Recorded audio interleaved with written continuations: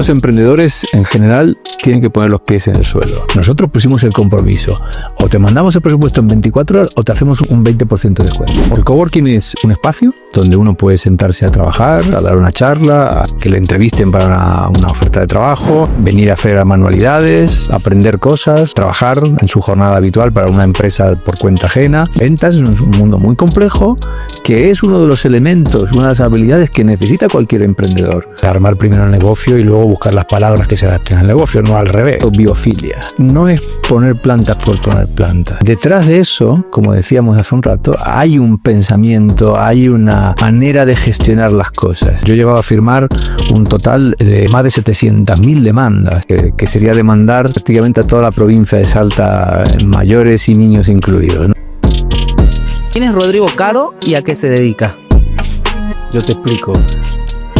Rodrigo Caro era un poeta sevillano del siglo XVII. Y yo soy un señor emprendedor. La vida me ha llevado ahora a convertirme en un emprendedor los últimos 8 o 9 años ya.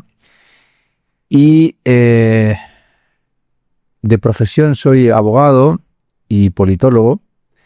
Y la vida me ha reconvertido y me ha llevado a salir de ese mundo y meterme en un mundo quizá más amable, más complejo en ciertos aspectos, pero también más amable en cuanto a la relación con el cliente, el armado del negocio depende de uno mismo. Si bien un abogado acaba siendo un empresario y un emprendedor, porque al fin y al cabo tiene que desarrollar sus habilidades de contratación, de seguimiento, de capacitación, de números contables, etcétera, etcétera. Siendo abogado no le da mucho caso a una de esas cosas, no le hace mucho caso, ¿no? Ahora, cuando uno se reconvierte se empieza a dar cuenta de que la vida del emprendedor es compleja, amplia, abierta, y si uno tiene, hablaremos seguramente, no sé si la palabra es suerte, pero si uno tiene ciertas habilidades y ciertos acompaña en ciertas cosas, al final uno acaba convirtiéndose en un emprendedor. Y se supone que el recorrido es que una vez que uno progresa como emprendedor se convierte en empresario. No sé si es así o no es así, ¿no? Pero también es un debate que plantearemos si queréis. Y ese soy yo, el que está metido ahora mismo en como estos cargos grandilocuentes de CEO en Coworking SLA, que es una empresa que ya va a cumplir 9 años este año, lo cual, dicho en términos o valorado en términos de emprendedurismo, somos ya adultos, lo cual es una gran alegría haber aguantado el chaparrón de los primeros años. También incorporaremos o querremos incorporar en esta charla el concepto de la salteñidad, ¿no? Las diferencias que tiene el ejercicio de las actividades profesionales dentro de una provincia tan disparo y tan igual como cualquier otra, pero que tiene sus características especiales, ¿no? Bien. Me he largado de lado. No, está bien, está bien.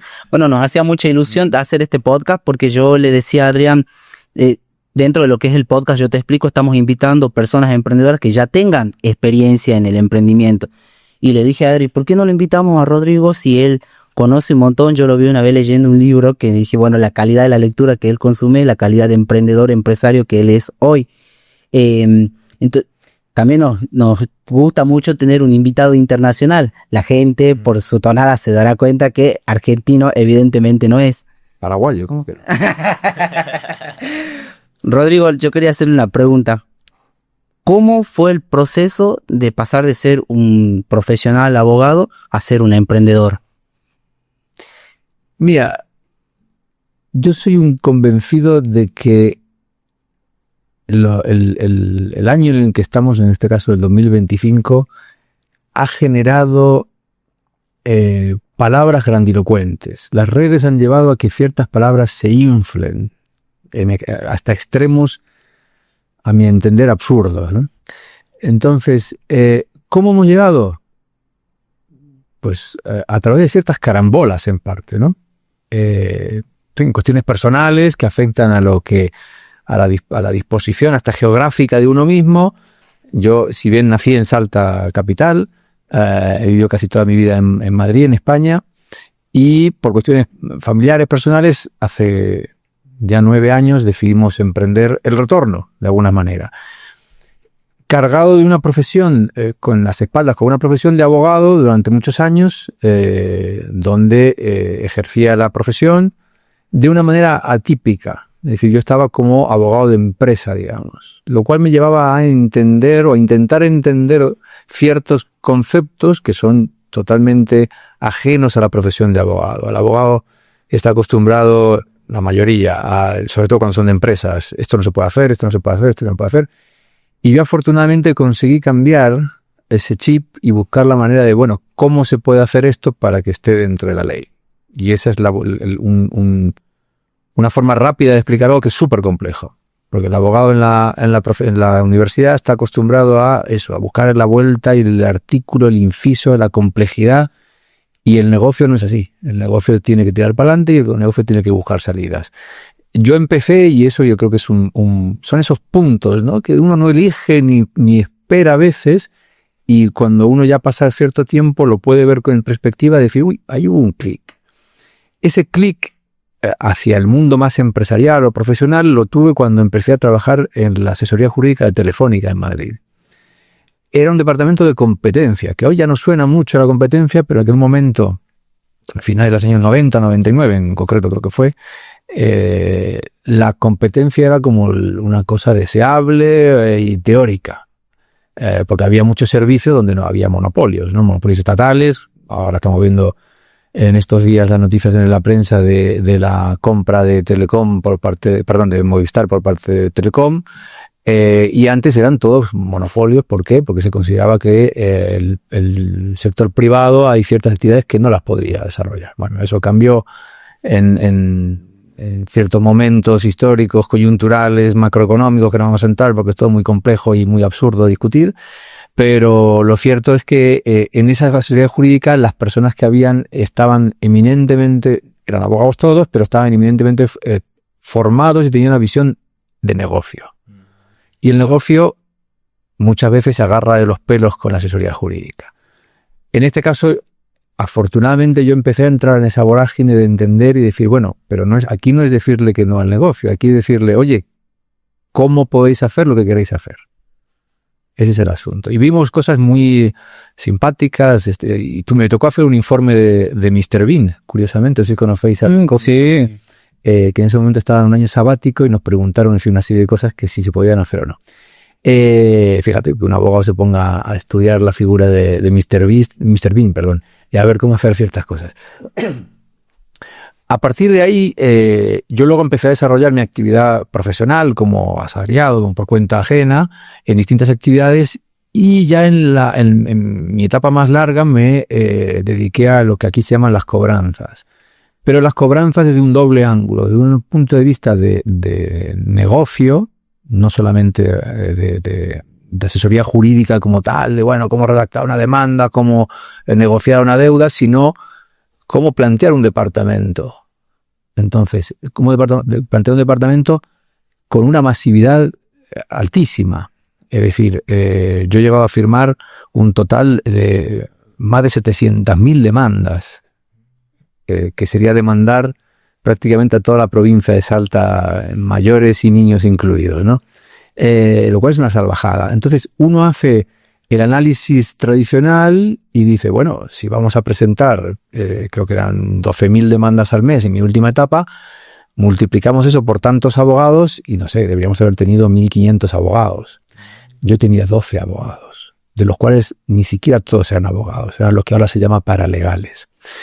Entonces el desafío era inmenso, es decir, oye, yo en circunstancias normales o bien me busco el primer saeta que me pase por encima, o asumimos el reto y digo, oye, ¿cómo le damos una vuelta a esto para poder cumplir con el objetivo?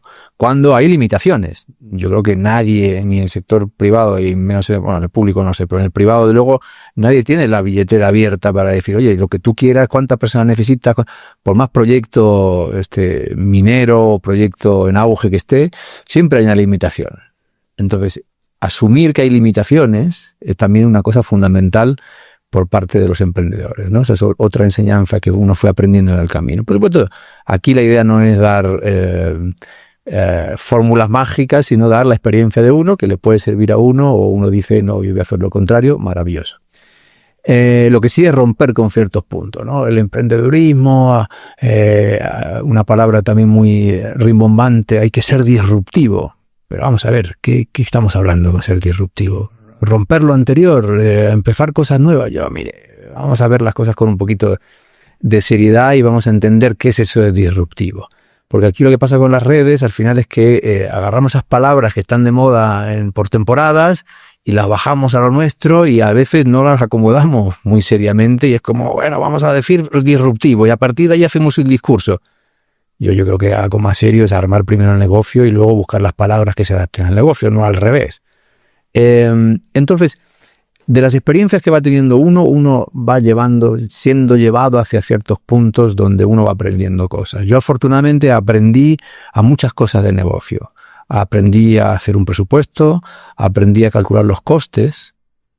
Yo me puse a calcular los costes de cuánto salía armar una demanda.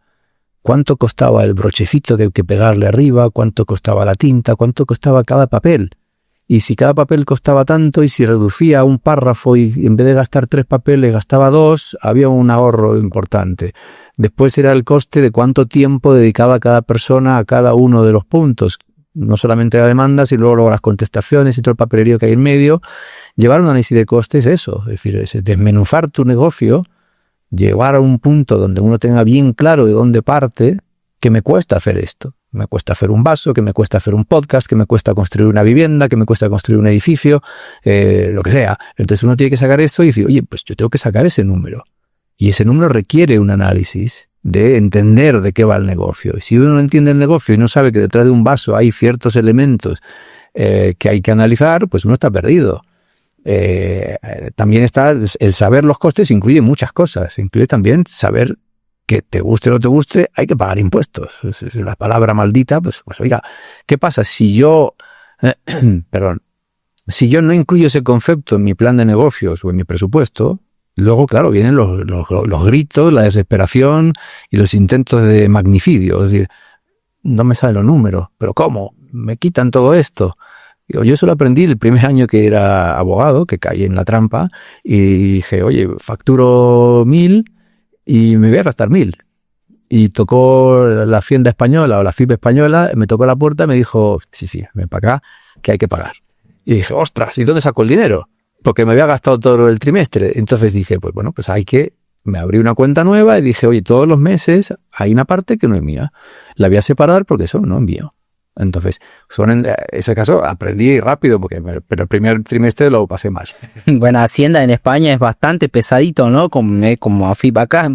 Sí, pero bueno, es un agente más, ¿no? Uno sabe que si contrata a alguien, pues bueno, es contratar a una persona, meterte en costes, etcétera. Ya, el evadir en el doble sentido y utilizando esto irónicamente, evadirse de la realidad, de que la realidad conlleva que hay una serie de costes y demás, es que se lleva al suicidio empresarial, ¿no? O sea, uno tiene que darse cuenta que los costes están ahí, hay que valorarlos, hay que tenerlos en cuenta y calcular unos márgenes. Afortunadamente, la situación económica este año pues parece que nos va a ayudar un poquito, porque el año pasado era prácticamente una cosa de locos, de hacer un sistema de costes, calcular el margen razonable para el negocio, etcétera, era una cosa prácticamente misión imposible. Este año esperemos que eso cambie y nos ayude un poquito. Pero bueno, volviendo al asunto del emprendedurismo, yo creo que al final sí hay cosas básicas por las cuales hay que pasar.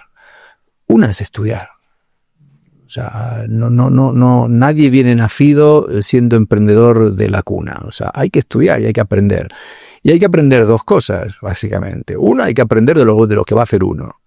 Nosotros lo que hacemos aquí es gestionar oficinas, pues hay que aprender de lo que son oficinas.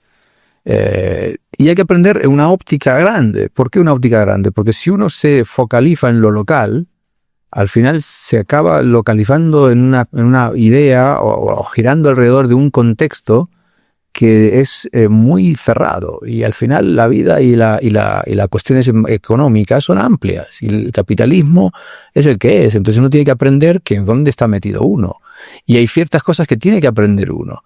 Y entonces son 2 pilares, como digo. Uno, que es la cuestión de aprenderlo el negocio de uno. Yo tengo que ser el mejor especialista en cómo gestionar oficinas, el mejor especialista en cómo producir muñecas de plástico. Bueno, pues tengo que saber y nutrirme bien de toda la información que hay. Hoy estamos en la famosa sociedad de la información, que también lo ponemos en un titular enorme y lo hacíamos de contenido. Digo, pero si tenemos muchas herramientas, muchísimas herramientas. Además, hay herramientas hasta de más, y uno tiene que saber elegir esas herramientas. Y el segundo gran pilar es saber que uno tiene que aprender cosas generales. Uno tiene que aprender de números. Uno tiene que saber cuánto me cuesta a mí una empanada, una docena de empanadas, para saber si el precio que estoy poniendo es adecuado, está muy alto, está muy bajo. Y hay ciertas tendencias que uno ve que se saltan esos conceptos. Cuando de repente uno va al fin de semana y se agarra la cabeza cuando le han subido las empanadas una salvajada sin ton ni son. O cuando le sube algo uno y dice, pero ¿por qué si no existe la coyuntura macroeconómica o los aspectos que uno justifiquen esas subidas?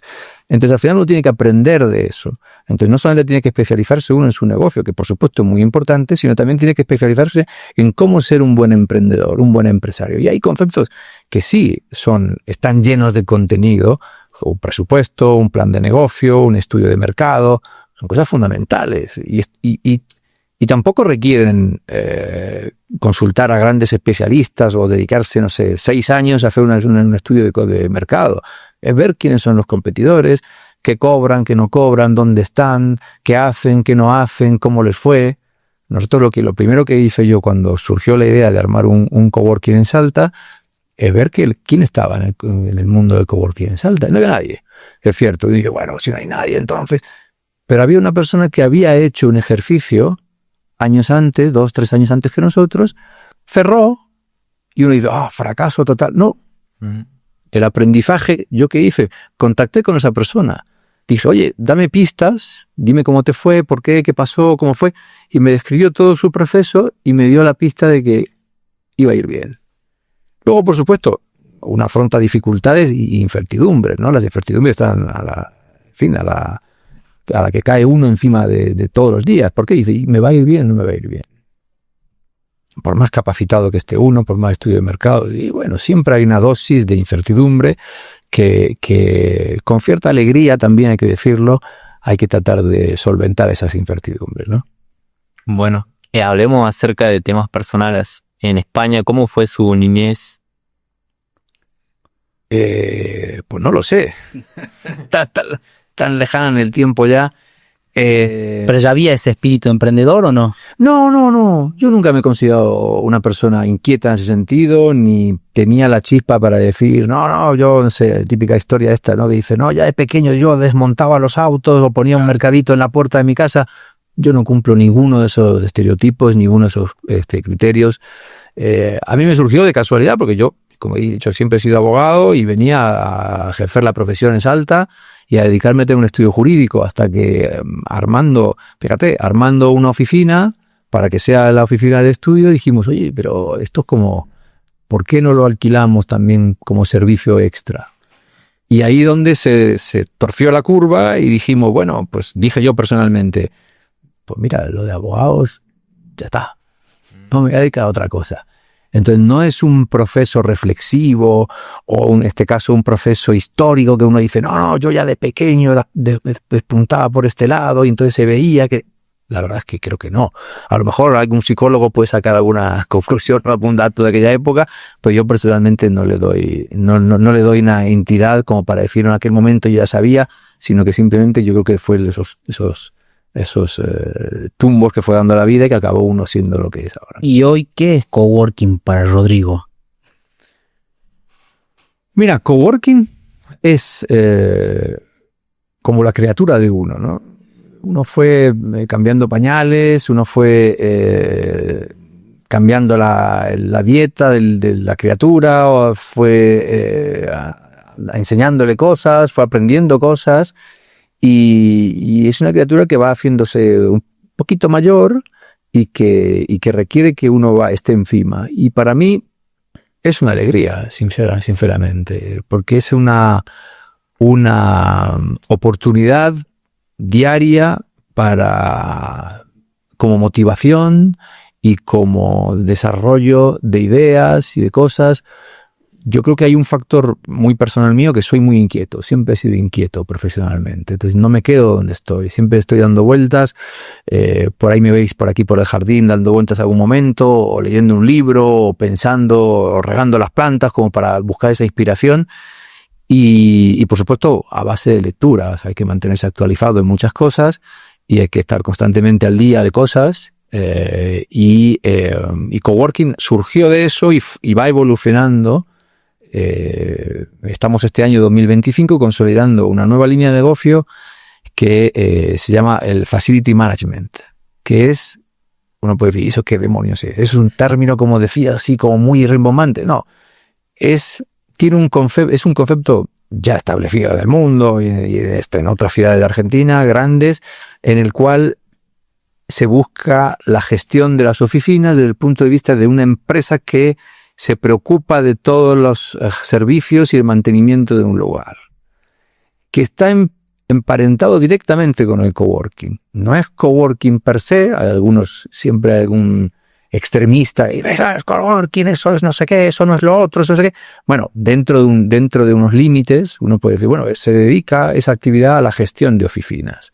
Hay grandísimas empresas en el mundo que se dedican al Facility Management, y lo que hacen es gestionar las oficinas, el mantenimiento de las oficinas. Y nosotros estamos arrancando 2025 con un cliente que va a arrancar ahora en el mes de junio contratándonos este servicio. Y vamos aprendiendo todos los días. Por supuesto, ya veníamos de un expertise importante a través de estos últimos 8 años de gestión de oficinas de coworking. Esto es un paso más para allá, que va de la mano de otro concepto también súper interesante, que está en boga hoy en el mundo de las oficinas, que es el hospitality. El hospitality está, para que uno lo entienda fácilmente, relacionado con el mundo de la hotelería o la hostelería, que es qué sensaciones le provoca a un consumidor cuando uno va a un hotel o a un restaurante. Fijaros, detrás de eso hay, no diría una ciencia, pero hay toda una cultura detrás del hospitality, y además de hace muchos años, que ahora se está trasladando a las oficinas. La pandemia, ¿qué es lo que hizo? Hizo un crack en el mundo de las oficinas, donde la gente que iba a oficinas dejó de ir, se abrió un poco el mundo del teletrabajo, y fueron cambiando ciertas cosas. Yo creo que ese gran cambio es muy interesante, y hay que agarrarnos con uñas siguientes a que eso se mantenga y evolucione a mejor, que es pensar la oficina alrededor del usuario de la oficina, que es ni más ni menos que el trabajador. No es el directivo que quiere un mega despacho, no sé. Es el trabajador que va todos los días y dedica largas jornadas de su vida a estar en esa oficina. Bueno, desde afortunadamente la pandemia, un poquito antes, pero la pandemia sobre todo fue el cambio radical, empezaron a preocuparse de eso. La distancia social, ¿os acordáis? Todas esas palabras que aprendimos y desaprendimos. Bueno, todo eso iba alrededor de esto. Y pensar en la comodidad de la persona que va, de cada una de las personas. Eso es el hospitality, que ya lo tenían inventado los hoteles. Cuando uno llega a un hotel, tiene sensaciones olfativas, huele bien, auditivas, hay música, hay ruidos, y no son improvisados, está todo pensado. Y le ofrecen un caramelito muchas veces en el hotel, o una fruta. Hay colores vivos. La recepción es una puerta a esas experiencias diferentes que busca uno. Lo mismo en la restauración, los restaurantes y demás, donde, en fin, ciertos restaurantes se preocupan pues, de cómo recibir a la persona, ofrecerle cosas en el momento adecuado, de la manera adecuada. Oiga, no me abra la botella mientras estoy hablando con una persona, ya me abriré yo la botella tranquilamente. Bueno, es pensar en la experiencia de cada usuario. Y de eso se pone uno a investigar, y hay bibliografía para aburrir.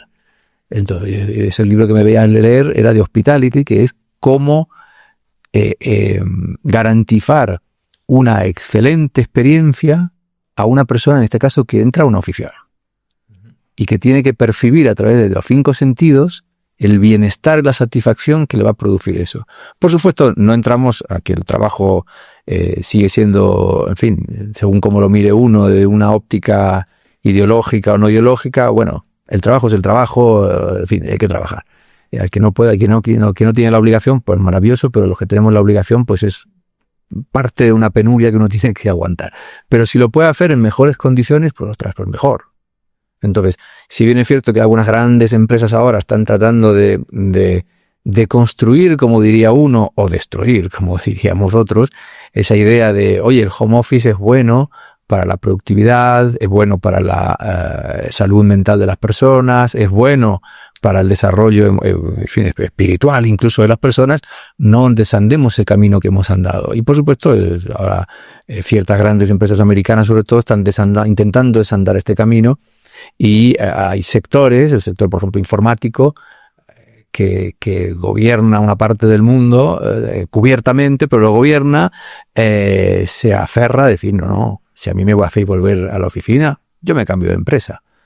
Y ese valor que tiene esa persona, las empresas lo buscan cómo cuidarlo. El administrativo que por ahí tiene menos valor en consideración respecto a lo que piensa su empresa, pues por ahí es más obligado a hacer el cambio. Pero el informático, esperemos que todos sigamos su estela y nos aferremos a poder tener la capacidad de elección.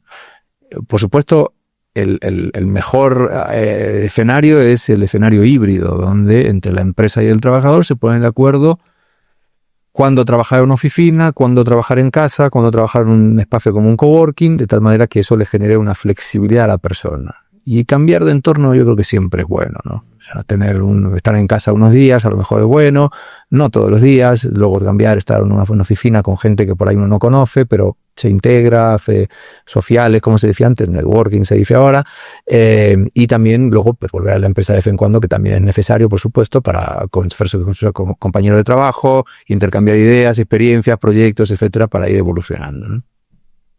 Ahora, ¿qué tipo de personas vienen acá al coworking? ¿Qué tipo de clientes aborda coworking? ¿Cómo se los ayuda? Bueno, a Coworking SLA vienen una amplia variedad de personas, de edad, desde origen, profesiones, y esa fue una de las grandes sorpresas que nos dio, ¿no? Uno puede pensar, el manual del coworking dice todos informáticos, ¿no? El mundo informático está con esto, y entonces ya venían teniendo antes de la pandemia, cierta libertad a la hora de hacer home office o no, y uno puede pensar en que ese es el escenario, ¿no? Aquí tenemos absolutamente de todo. Tenemos arquitectos, tenemos abogados, tenemos contadores, tenemos asociaciones, fundaciones, hay cursos de emprendedores, desde emprendedores de habilidades, oratoria, conocimientos informáticos, hasta cuestiones más artesanales o manuales. Entonces, lo bueno de Coworking SLA es la gran variedad de personas que vienen aquí. También tenemos extranjeros. Antes de ayer hablaba con una pareja de americanos de California que están de paso por aquí, se van a quedar un par de meses en Argentina y están compartiendo experiencias aquí, ¿no? Y también veo que funcionan diferentes, en el sector religioso espiritual, funcionan diferentes iglesias. Correcto. Nosotros somos un espacio de puertas abiertas. En fin, es como una especie de club, ¿no? Donde uno va haciendo comunidad. Y esa comunidad es amplia. Uno la puede reducir y decir, bueno, aquí vamos a hacer un coworking corporativo, de tal profesión, tal. Nosotros creemos que la mejor opción es la diversidad y la variedad de perfiles y de intereses, y no solamente como convicción propia de que esa hace que la gente se embeba de mejor habilidades, conocimientos, sino también porque yo creo que es una manera de acompañar a cierto localismo, de decir, oye, aquí hay variedad, y además son los que han venido también, ¿no? Uno va trayendo también a esa diversidad, y cuando uno abre las puertas, justamente dentro de eso que comentabas del hospitality, la gente yo creo que nota la apertura de miras y la necesidad de vincularnos a esa diversidad, de manera tal que cualquier persona que quiera ejercer una actividad lícita y con ganas de avanzar, lo puede hacer aquí en Coworking SLA. Mira, muy curioso lo que comentaste acerca de la experiencia, porque nosotros trabajamos acá y es como que te brinda esa experiencia y esa comodidad, te brinda esa experiencia de que entras, hay planta, hay un buen lugar, una buena sala, y la comodidad que si tenés hambre te vas a tomar un café, o si querés ir a algún lugar. Por ejemplo, yo acostumbro a salir a tomar aire porque me gustan las plantas. Adri ama la planta, le encanta el jardín que hay acá abajo. Claro, yo siempre digo eso. Como diría un político, me gusta que me haga esa pregunta. Un político acartonado. ¿Sabes cómo se llama eso? Biofilia. No es poner plantas por poner plantas. Detrás de eso, como decíamos hace un rato, hay un pensamiento, hay una manera de gestionar las cosas. Y está súper estudiado que las plantas, aparte de aportar una cuestión física, fotosíntesis, liberación, tal, lo que hacen es aportar una satisfacción emocional a las personas. ¿Te gustan o no te gustan las plantas?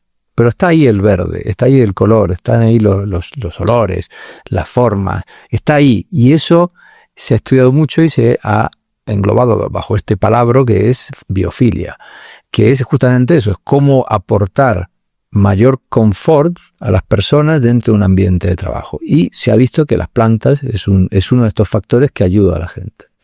Bueno, a muchos de nuestros invitados que vienen a la sala de podcast, al podcast de Yo Te Explico, empresarios, personas relacionadas a la inteligencia artificial, vienen y cuando entran yo veo la impresión de su cara que cambia y dicen, acá es la sala de podcast, y caminan y te preguntan, ¿y qué es esto? No conocía, mirá las oficinas, y obviamente uno les presenta, acá tenés la cocina, tenemos 4 baños, está la recepcionista siempre atenta a las necesidades que hay acá adentro, pero se quedan impactados. Yo creo que hay mucha gente que todavía no conoce bien qué es el concepto de coworking. ¿Podrías explicarnos de manera sencilla qué es el concepto coworking?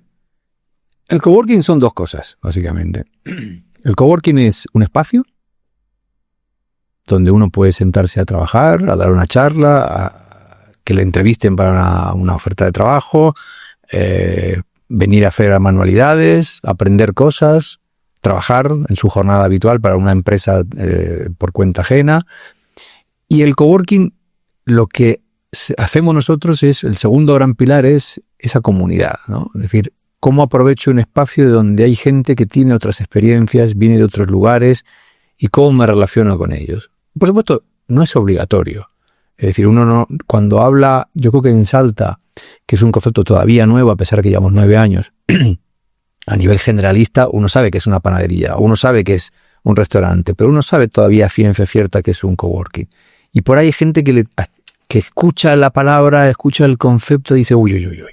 Yo trabajar con alguien desconocido al lado, no está ese concepto de voy a una confitería y me siento en la mesa con otro. Que en otros países está, ni mejor ni peor. Simplemente en otros países por ahí es más frecuente, me siento, me tomo un café, nos cambiamos una palabra o ni siquiera. Y aquí está como esa especie de reticencia, de oye, pero me voy a compartir eso de coworking, compartir, yo no quiero saber nada. No pasa absolutamente nada, justamente la adaptación que decíamos antes, la adaptación de los términos a la realidad local nos lleva a decir, oye, mira, no hay ningún problema, hay personas que se sientan, están distanciadas suficientemente de las otras, no tienen por qué hacer obligatoriamente networking, no les ponemos en una silla y le decimos, cuéntanos tus experiencias, dinos cómo aprovechar. El que quiera hacerlo lo hace con esa libertad y el que no quiere pues no lo hace. Por supuesto, uno dice, lo mejor siempre es aprovechar las ventajas o las herramientas que le deja en este caso un espacio, pero no es obligatorio. Entonces, coworking al final es un espacio donde nosotros como empresa de coworking nos preocupamos de los detalles para que tú te sientes, trabajes, estés cómodo y te vayas con una sonrisa a tu casa. Aunque te haya ido mal en el trabajo, o aunque te haya ido así a una jornada pesada, y bueno, pero dentro de todo estuve a gusto en el lugar.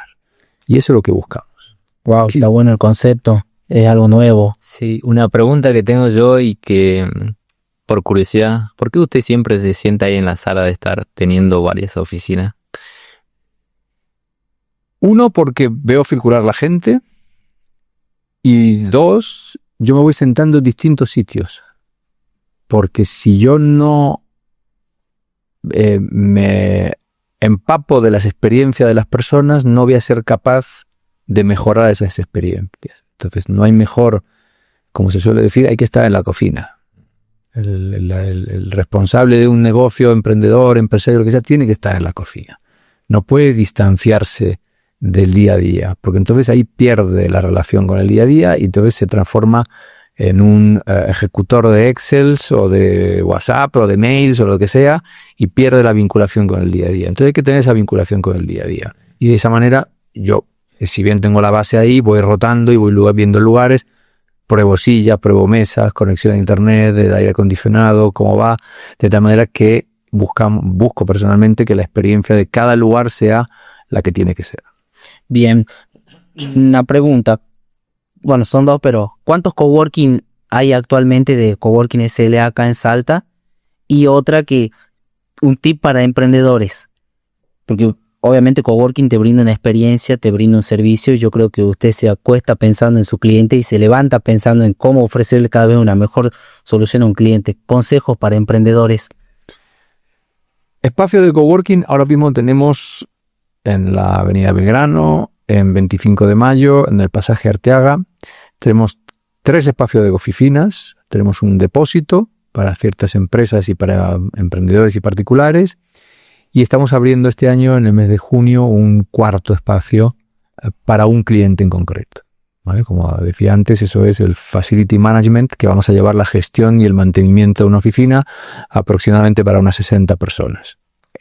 Seguramente sean algunas más, pero 60 personas es la que van a estar habitualmente en esa empresa. Eso por un lado, nos vamos expandiendo.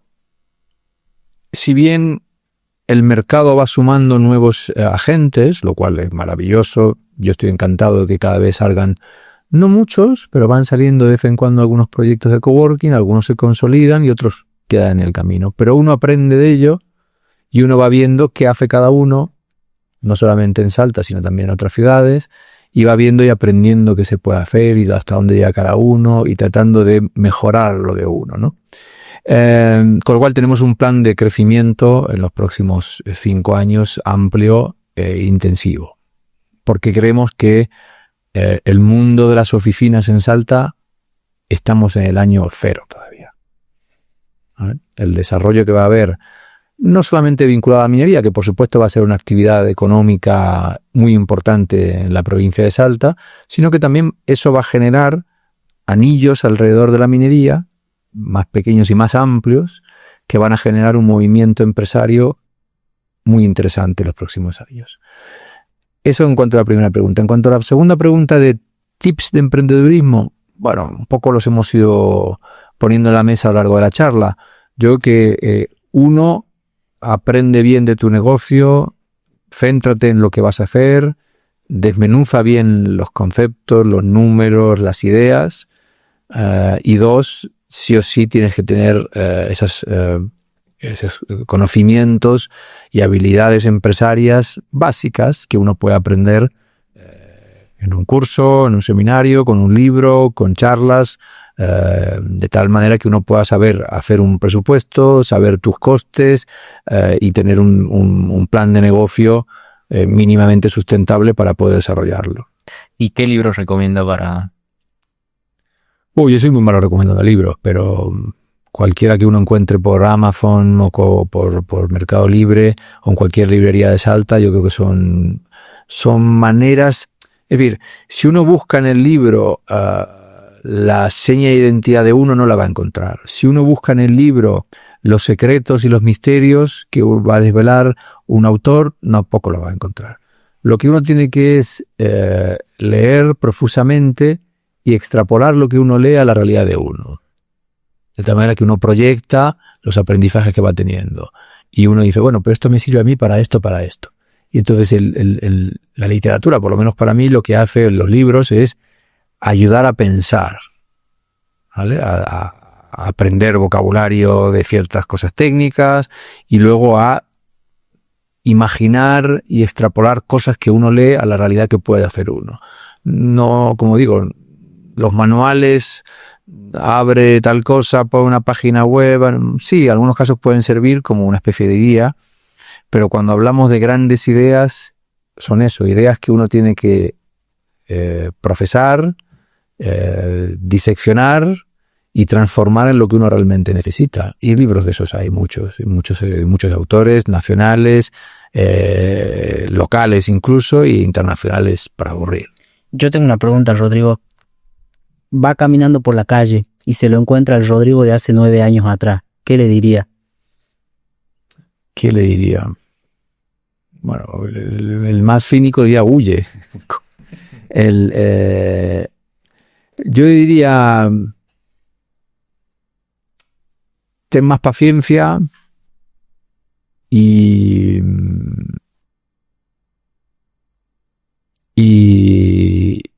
vas a tener un camino muy interesante en el futuro. Wow. Bueno, la experiencia es cruzarte a esa persona inexperimentado, ya con la experiencia, la cabeza y obviamente los sucesos que uno ha cruzado.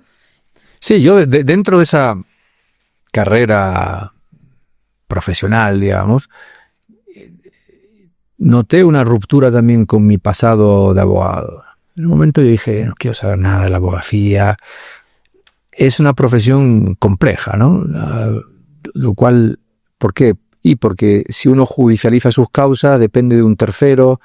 Esos terceros, en fin, por experiencia propia, cometen errores. Y el concepto casi simbólico de la justicia como un elemento objetivo, claro, racional en ciertos aspectos, yo creo que no existe.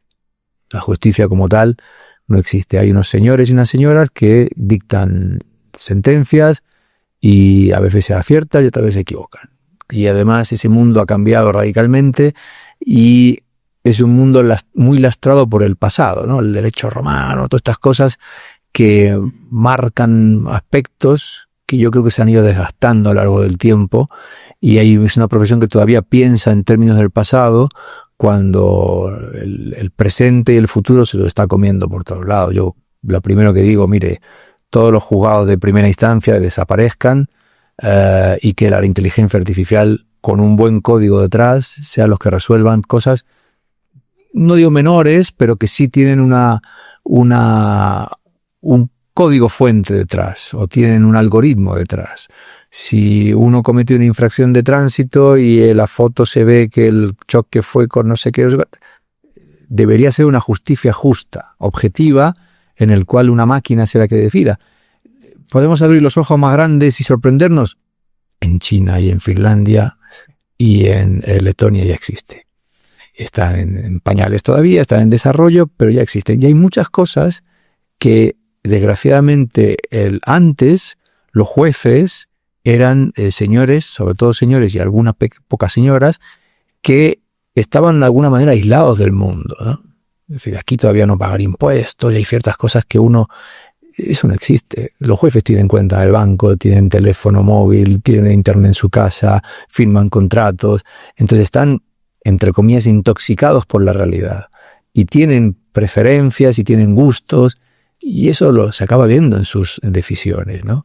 Y eso realmente es algo que hay que tener en cuenta, y yo creo que con las herramientas que tenemos hoy, yo personalmente preferiría ser juzgado, espero que nunca, pero juzgado por una herramienta informática antes que por una persona física. Hablando de inteligencia artificial, ¿el coworking usa inteligencia artificial? Sí. La usamos como una herramienta de trabajo más que se ha ido incorporando estos últimos meses en nuestro día a día. Es decir, esto de inteligencia artificial también es una enterequia, ¿no? Ay, yo también me meto en el chat GPT o en no sé dónde. Hay que saber preguntarle al chat GPT, ¿no? Los famosos prompt y tal. Y ahí está la clave. Entonces, para saber preguntar uno tiene que saber algo. Porque si uno no sabe nada, acabará haciendo malas preguntas.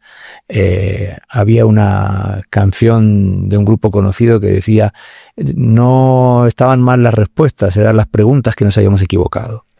Entonces, ahí pasa un poco las cosas, ¿no? Y saber preguntarle, en este caso bien al ChatGPT o a cualquier herramienta de inteligencia artificial actual, para saber cómo gestionar eso. Mira, yo voy a contar una pequeña anécdota. Yo trabajaba en una agencia, un fondo de inversión que gestionaba carteras de deuda inmensas, de banca, telecomunicaciones, etcétera, etcétera. Y como os decía antes, la regla de 3 de tantos casos judiciales son iguales a un abogado. Si multiplicamos eso por miles, necesito miles de abogados, era inviable. porque el negocio no salía a ningún lado, los números no salían y además era inviable por donde uno lo viera. Pasado un tiempo de experiencia de cómo gestionar eso, me di cuenta, y te estoy hablando del año 2010, que ya ha pasado tiempo, mira, fíjate, han pasado 15 años. 2010, yo propuse en la empresa donde trabajaba diseñar e implementar una herramienta que tuviera reconocimiento de texto, OCR, que tuviera data mining, que es almacenaje de datos, y que tuviera inteligencia artificial y que aprendiera dos cosas. Uno, a ayudar al OCR, reconocimiento de texto. ¿Esto qué significa? Que tú pasas un papel por un escáner y el reconocimiento de texto lo que hace es lee las letras. Y entonces, donde el trafo es así, yo detecto que es una T. Y entonces la computadora dice esto es una T. Y lo busca o bien en todo el papel o en una zona del papel. Eso ya te va a ir ayudando. Cuando tú ves que no está bien definida la T, pero se parece a una T, y tú le dices manualmente, oye, si es una T, la inteligencia artificial haría que esa herramienta aprendiera a que la T no solamente es un palito y un palito arriba, sino que hay ciertas desviaciones por el tipo de letra, porque no se veía bien el papel, porque no estaba bien impreso, también son T's. Y eso lo aprende la inteligencia artificial. Y luego, que eso era una inteligencia artificial, digamos, básica. La siguiente inteligencia artificial, el siguiente grado de inteligencia artificial era reconocer los escritos judiciales y darle una respuesta automática, que es una especie de algoritmo muy sencillo, un árbol que desarrolla uno y dice, si la respuesta que he recibido es la A, tú contestas el escrito B.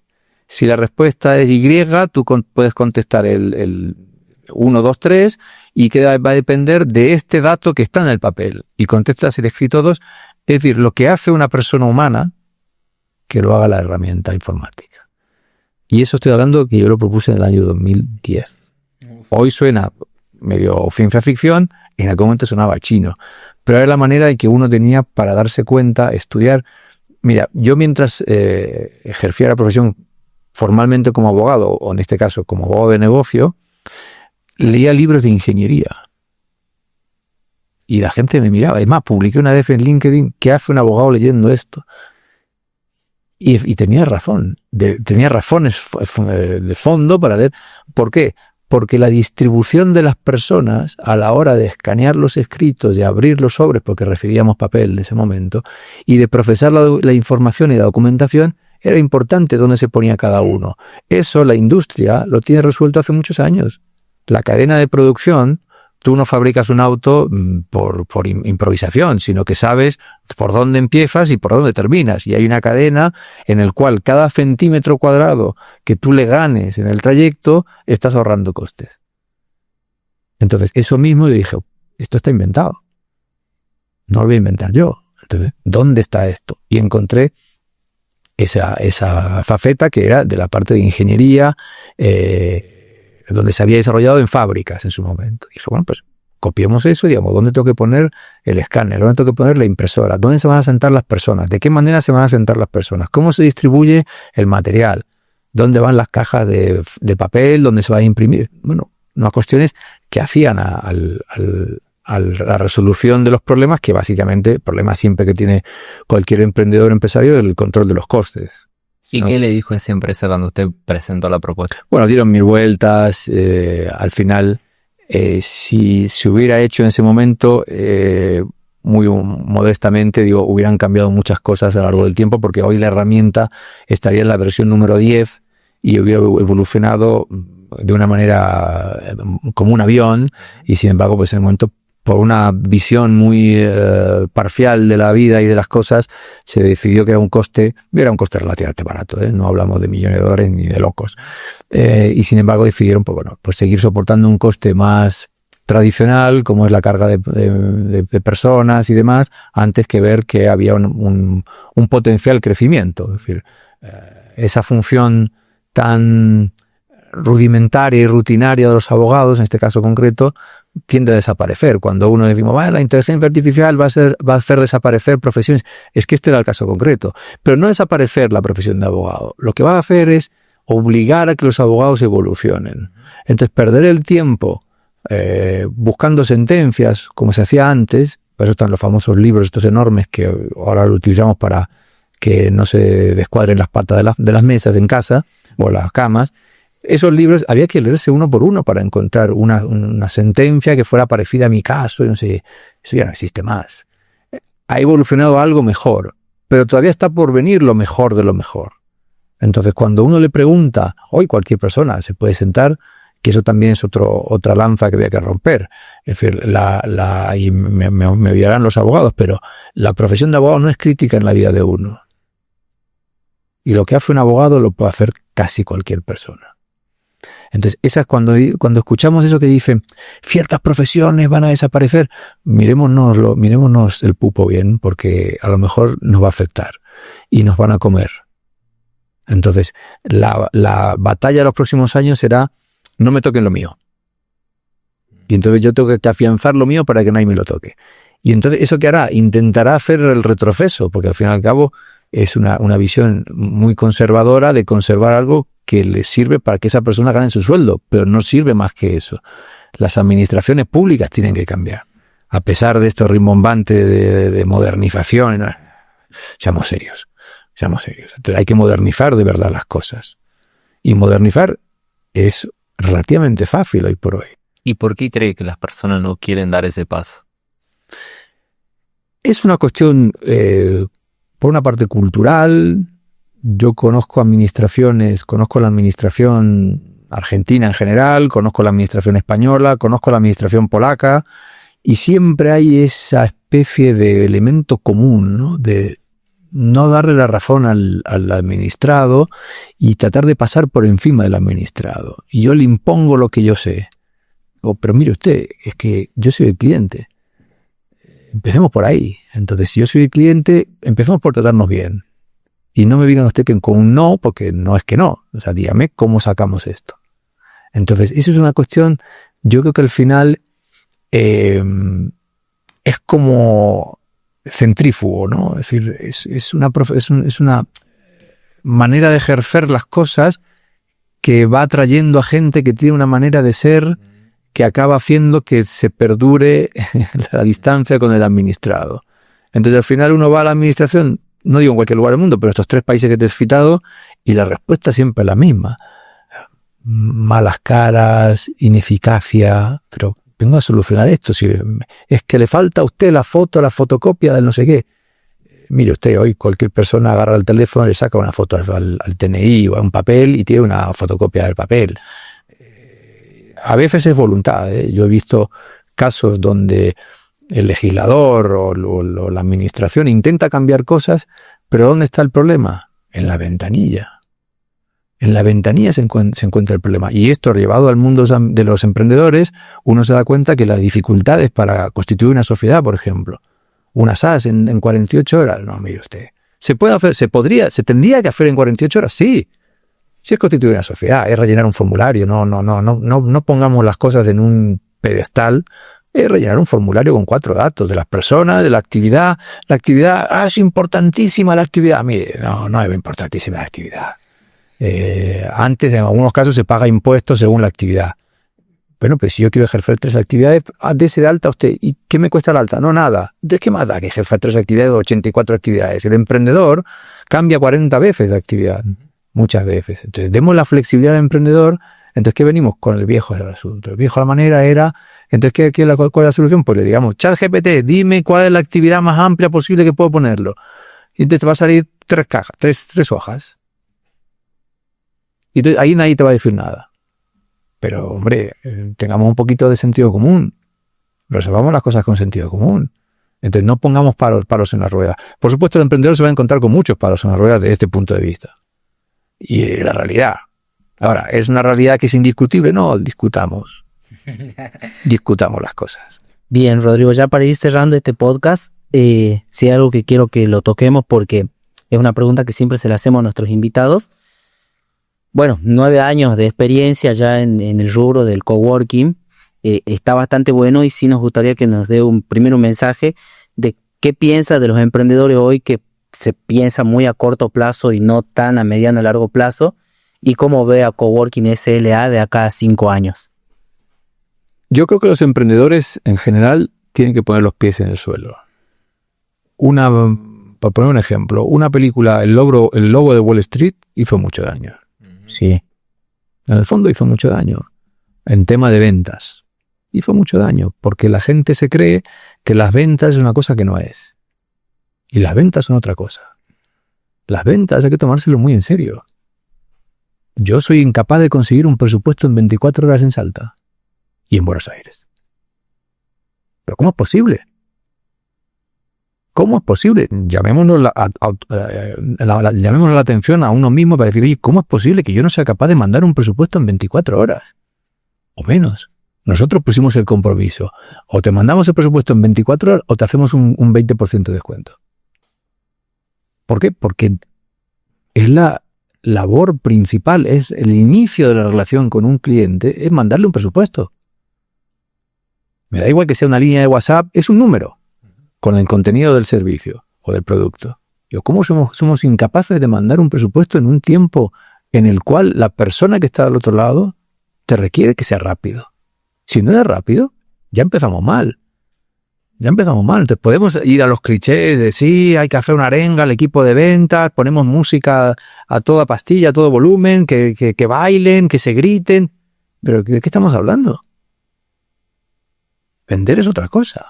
Eso es un circo, un teatro que hace uno para alentar, que puede ser un elemento motivador, pero no motivador para conseguir ventas.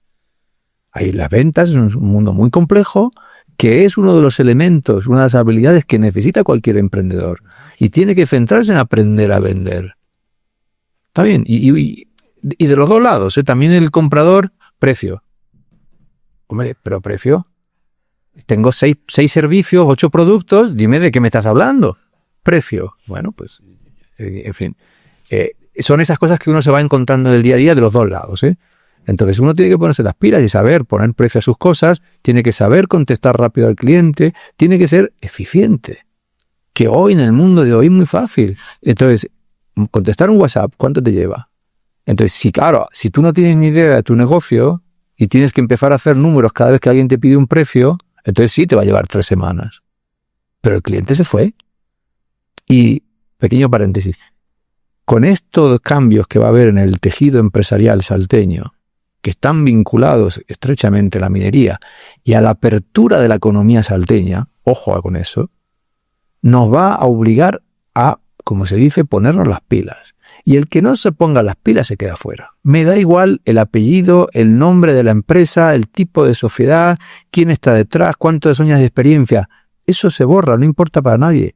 Lo que importa es la eficiencia que uno muestra a su cliente. Lo que importa es tu departamento o tu agente o tu habilidad de ventas.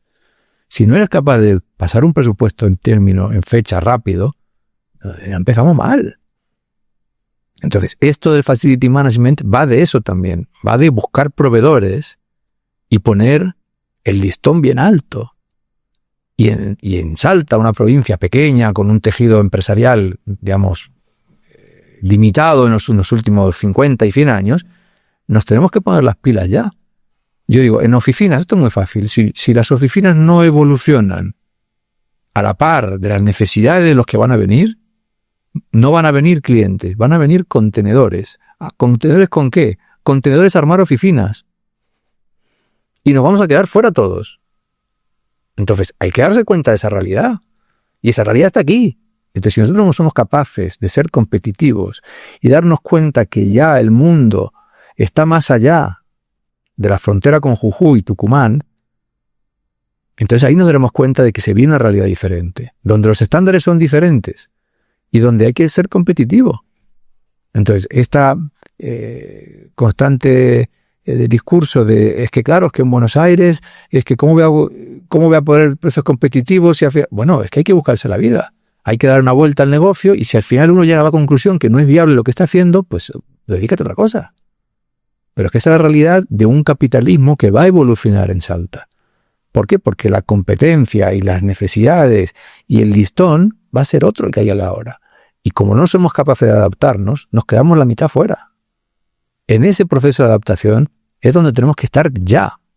A aquellos que aspiren a crecer y a evolucionar en los próximos años de la mano de esperemos que sea un crecimiento económico importante. Y en cuanto a la segunda pregunta que era... ¿Cómo ve a Coworking de acá a 5 años? Creciendo en apertura de nuevas oficinas, desarrollando nuevas líneas de negocio, de la mano de lo que vaya siendo necesario en cada momento, localmente y con las tendencias que se puedan desarrollar en otros países y en otros lugares, y darnos cuenta de las cosas. Y estar muy encima de la realidad y, desde luego, como digo, crecer, evolucionar y estar siempre pendiente de las necesidades de los clientes y de las tendencias que pueda haber de cara a cubrir esas necesidades. Hay como un observador, no sé si imparcial, pero como un observador de ciertas cosas en la provincia de Salta, uno se da cuenta que hay ciertos estereotipos que se cumplen y que nos llevan a la ineficacia y a la ineficiencia, las dos cosas. Entonces, ese paradigma hay que romperlo rápidamente. El que yo hiciera una actividad durante muchos años y según mis números o según hasta el prestigio social esté considerado que me iba muy bien, eso va a cambiar. Va a cambiar. Y va a cambiar y nos va a afectar a todos. Y va a producir que se abra el mercado y va a producir que la circulación de un capitalismo, no sabemos qué versión es, pero un capitalismo evolucionado, es decir, del 2025, hará que nos tengamos que poner las pilas todos y producirá que emprendedores puedan llegar muy alto. Si ese emprendedor acierta en la visión de negocio, en el trato al cliente y en ser muy eficiente y muy diligente en su gestión, le va a ir muy bien. Y los que están arriba caerán algunos, porque no serán eficientes, porque confiarán en su bagaje histórico y se quedarán fuera porque se quedaron dormidos. Y eso va a pasar. Y ha pasado en muchos lugares. Y yo no soy no tengo ningún oráculo, pero es la experiencia de que ha pasado en otros países, en otros lugares, en otros momentos de la historia. Y la vorágine de desarrollos que va a haber, esperemos que sean positivos, esperemos, no sin ciertas incertidumbres y dudas, pero esperemos que sea positivo y genere esas posibilidades para los emprendedores de crecimiento, para las empresas locales también, pero sabiendo que no por ser local ya tengo todo hecho, sino tengo todo hecho si manejo buenos precios, tengo una buena relación con mis clientes, busco la excelencia. Ojo con esa palabra, la excelencia. ¿Qué es la excelencia para usted? Pues es buscar la mejora continua, si quiere llamarlo. Que es que hay libros hasta para aburrir, desde hace muchos años, desde los años 70 ya o antes hay libros largos y analíticos y meticulosos respecto a la mejora continua. Yo no me puedo quedar donde estoy. No, ya está, me va bien, tengo no sé qué, he vendido todo. ¿Por qué no les preguntas a tus clientes qué grado de satisfacción tienen en 6 meses, en 2 años? Y a lo mejor lo que has vendido, que te ha ido bien y lo has vendido, a lo mejor el grado de satisfacción no es el que tú esperabas. Y dentro de 5 años, si hay otro proveedor que se ha preocupado de mejorar y de evolucionar y de poner otras cosas en el mercado, a lo mejor ya te quedas fuera. Entonces, uno tiene que darse cuenta de que las cosas van a cambiar. Y el que esté pendiente de lo que vaya a pasar, le puede ir muy bien. Pero el que se quede, aunque le iba muy bien hasta ahora, ojo. He sido catalítico y apocalíptico, ¿verdad? Qué buen podcast. La verdad que bueno, invitamos a nuestra audiencia a que nos siga en nuestras redes sociales, siga Coworking SDA. Tenemos la sala de podcast a disposición porque estos temas que conversamos hoy le van a aportar mucho valor a la comunidad emprendedora, pero también esa comunidad emprendedora tiene una opinión para dar. Sin duda, yo creo que romper las ideas. Venir con un status quo, esto se hace así, esto se piensa así, y peor cuando a mí me acuerdo me decían, se ha hecho así toda la vida. Yo salgo corriendo. Cuando alguien me dice se ha hecho así toda la vida, apaga y vámonos, dediquemos a otra cosa. Digo, pero si hemos pasado 100 años, hombre, ya tenemos que empezar a cambiar, ¿no? Por una cuestión de buscar la evolución. Entonces, cuidado con las palabras estas tan altisonantes, porque al final, uno, no tienen contenido, y el poco contenido que tienen no tiene nada que ver con lo que uno espera. Muchísimas gracias, Rodrigo.